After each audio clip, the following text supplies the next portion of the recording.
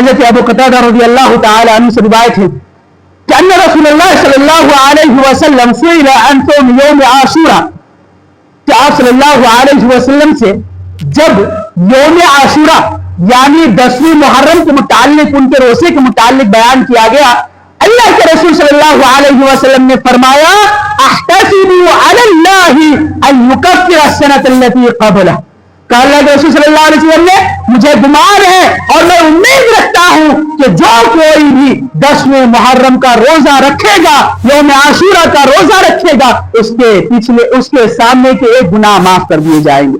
اللہ تبارک و تعالیٰ ان کے 1 سال کے گناہ کو معاف کر دے گا اور 1 سال کے گناہ اللہ تبارک و تعالیٰ ان کے بخش دے گا۔ یہ صغیرہ گناہ ہے، یاد رکھیے کتنے ایسے سنہرے مواقع ہمارے پاس آتے ہیں اور ہم کیا کرتے ہیں، ان کو یوں ہی رائے راہ جانے دیتے ہیں، چھوڑ دیتے ہیں، گویا کہ ہم معصوم عن الخطا ہیں۔ ہرگز نہیں، اللہ کے رسول صلی اللہ علیہ وسلم معصوم عن الخطا تھے، پھر بھی آپ صلی اللہ علیہ وسلم کیا کرتے تھے، راتوں رات جاگ کر اللہ تبارک و تعالیٰ کی عبادت کیا کرتے تھے، رویا کرتے تھے، گر گرایا کرتے تھے۔ جب پوچھا جاتا تھا اے اللہ کے رسول صلی اللہ علیہ وسلم آپ تو معصوم عن الخطا ہے، اللہ کے رسول صلی اللہ علیہ وسلم جواب دیتے تھے کیا میں اللہ کا شکر گزار بندہ نہ بنوں، کیا میں اللہ تبارک و تعالیٰ کا شکر گزار بندہ نہ بنوں؟ ہمارا حال کیا ہے، جمعہ کا نمازی ہے، پھر بھی ہم اپنے آپ کو مومن کہتے ہیں۔ مومن اور مسلم میں فرق جان لیجئے، مومن ہوتا ہے ایمان والا، یقین کرنے والا، اور ان تمام چیزوں پر جو کہ اللہ تبارک و تعالیٰ نے فرض کیا ہے، اللہ کے رسول صلی اللہ علیہ وسلم کو دے کر بھیجا ہے، ان تمام پر اپنے تمام اعضاء و جوارح سے عمل کرنا۔ اسلام مسلمان کسے کہتے ہیں؟ کلمہ پڑھ لیا مسلمان ہو گئے؟ ہرگز نہیں، اللہ رب العالمین کا خوف کھاؤ۔ صرف اور صرف جمعہ کی نماز پڑھنے سے شفاعت نہیں ہو جاتی ہے، صرف اور صرف جمعہ کی نماز پڑھنے والوں اللہ تبارک و تعالیٰ کا تقوی اختیار کرو۔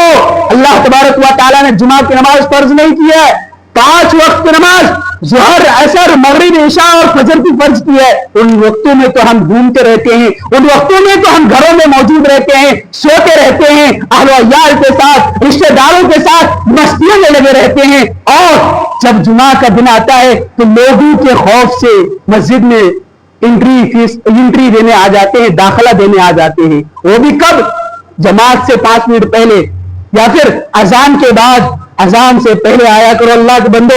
اسی طرح حضرت عبداللہ بن عباس رضی اللہ تعالی عنہ سے روایت ہے کہ ان سے پوچھا گیا یوم عاشوراء کے متعلق تو انہوں نے ان کی بڑی فضیلت بیان کی۔ اسی طرح حضرت عائشہ رضی اللہ تعالی عنہ بیان کرتی ہیں کہ کان یوم عاشوراء کیا ہے؟ کہا کہ قریش زمانہ ظاہریت میں یوم عاشوراء کا روزہ رکھتے تھے۔ جب رسول اللہ صلی اللہ علیہ وسلم مدینہ آئے اور دیکھا کہ لوگ یوم عاشوراء کا روزہ رکھتے ہیں تو ان کی مخالفت کے لیے اللہ کے رسول صلی اللہ علیہ وسلم نے کیا کہا کہ اگر میں آئندہ سال زندہ رہا تو 1 اور رکھوں گا، یعنی اگر زندہ رہا تو 9 10 رکھوں گا، یا پھر 10 اور 11 رکھوں گا، گویا کہ مخالفت کے طور پر اللہ کے رسول صلی اللہ علیہ وسلم نے یہ بیان کیا۔ اب ان کی مراتب کیا ہے؟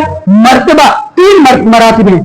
پہلا مرتبہ یہ کہ آپ یا تو 8 9 اور 10 کو روزہ رکھے، پہلا مرتبہ 9 اور 10 کو روزہ رکھے۔ دوسرا مرتبہ آپ اگر 9 کو چھوٹ جائے 10 اور 11 کو رکھے۔ تیسرا مرتبہ اگر آپ 9 اور 11 نہیں رکھنا چاہتے ہیں تو کم سے کم آپ صلی اللہ علیہ وسلم جو عشرہ یعنی 10ویں محرم کو رکھتے تھے اس دن تو رکھنا ہوگا، اور اس دن رکھے۔ جب رمضان کا روزہ فرض نہیں ہوا تھا اللہ کے رسول صلی اللہ علیہ وسلم لوگوں کو تاکید کیا کرتے تھے، بتایا کرتے تھے یوم عاشوراء کا روزہ رکھو، لیکن جب رمضان کا مہینہ آیا اور رمضان کا روزہ فرض کر دیا گیا تو اللہ کے رسول صلی اللہ علیہ وسلم نے فرمایا فمن شاء، جو کوئی چاہے اسے رکھے اور جو کوئی نہ چاہے اسے چھوڑ دے۔